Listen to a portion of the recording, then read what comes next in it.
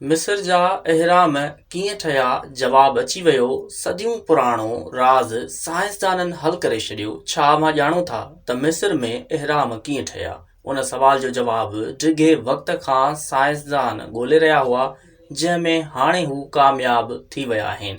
मिस्र जा सदियूं पुराणा अहराम हिकु डिघे वक़्त ताईं माण्हुनि ऐं साइंसदान जे ध्यान जो मर्कज़ बणियल रहिया आहिनि। घणे अरसे खां उहो सवाल साइंसदाननि लाइ हिकु राज़ रहियो आहे त हज़ारे साल अॻु क़दीम मिस्र में एतिरा वॾा अहराम कीअं ठहिया, पर हाणे उन जो जवाबु मिली वियो आहे।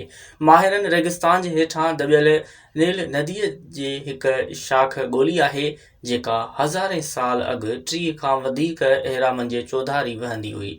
ॻोल्हियल नदी उन राज़ खे हल करे थी त क़दीम मिस्रीन अहरामनि जी अॾावत लाइ ॻरा पथर कीअं मुंतक़िल कया।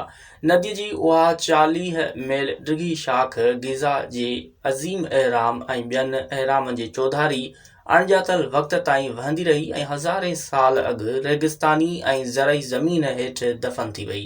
हिक नए मुताले मां ख़बर पवे थी त दरिया जी मौजूदगी वज़ाहत आहे त कीअं 31 अहराम 4700 ऐं 3700 साल अॻु जे विच में तामीर कया विया, जेकी हाणे हिकु ऋणपट आहिनि। ही माथिरी मिस्र जी क़दीम राजधानी मेम्फिस जे वेझो आहे ऐं गीज़ा जे अज़ीम हरम जो घरु आहे। दुनिया जे 7 क़दीम अजाइबनि मां रुॻो हिकु आहे जेको अञा ताईं मौजूदु आहे। हिकु मुताले में इहो बि दरिया ॻोल्हण बाबति ॿुधायो वियो आहे, जेको जर्नल नेचर में छपियो। साइंसदाननि अबुल होल जे मुजस्मे जूं सदियूं पुराणो राज़ बि ॻोल्हियो आहे।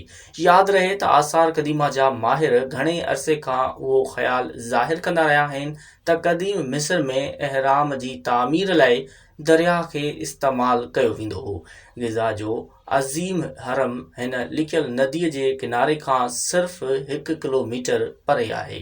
हुन अहराम जी तामीर लाइ 23 लख ब्लॉक इस्तेमालु कया विया ऐं हर ब्लॉक जो वज़न 2.5 खां 15 टन हो।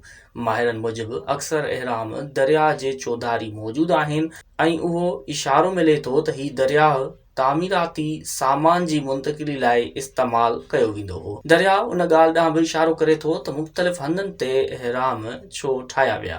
माहिरनि मूजिबि वक़्तु गुज़रण सां दरिया जो रुख़ ऐं वहिकिरो तब्दील थींदो रहियो आहे ऐं उन करे मिस्री शहनशाह मुख़्तलिफ़ हंधनि ते अहराम ठहिराया।